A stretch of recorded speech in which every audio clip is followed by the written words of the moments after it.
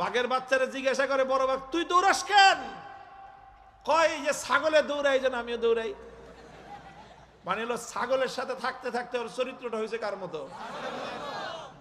এই সঙ্গ দোষে রঙ্গ ধরে। সঙ্গ দোষে তুমি ছাগলের সাথে থাকলা, তুমি বাঘের বাচ্চা হইলে কি হবে? তোমার চরিত্র হবে ছাগলের মতো। কুত্তার বাচ্চার সাথে থাকলে ছাগলের বাচ্চা হইলে কি হবে? ওটা হবে কুত্তার বাচ্চার চরিত্র। বাঘের বাচ্চা কুত্তার বাচ্চা থাকলে সাথে থাকলে ওটার চরিত্র হয় কুত্তার বাচ্চার মতো। বাঘের বাচ্চা ছাগলের সাথে থাকতে থাকতে ওর চরিত্র স্বভাব সব কিছু হয়ে গেছে ছাগলের মতো। ও এখন চিৎকার আর হুঙ্কার শুনে থরথর করে কাঁপতেছে। বাঘের বাচ্চা কয় যে তুই কাঁপস কেন, তুই দৌড়াস কেন?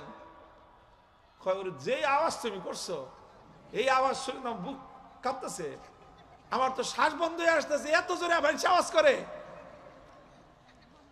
বাঘে বুঝতে পারছে কাহিনীটা কি, যে ওই বাঘের বাচ্চা কোনোদিন বাঘের গর্জনই শুনে নাই। ও ধরে ফেলছে ঘটনাটা কোথায়, কেন এই বাঘের বাচ্চারে নিয়ে ছাগলের তামাশা করতে পারে, কারণটা কি? কারণ একটাই ধরে ফেলছে, ওই বাঘের বাচ্চা নিজে নিজেরে চিনে না। ও যে কি জিনিস ও নিজে জানে না, ও আত্মপরিচয় জানে না।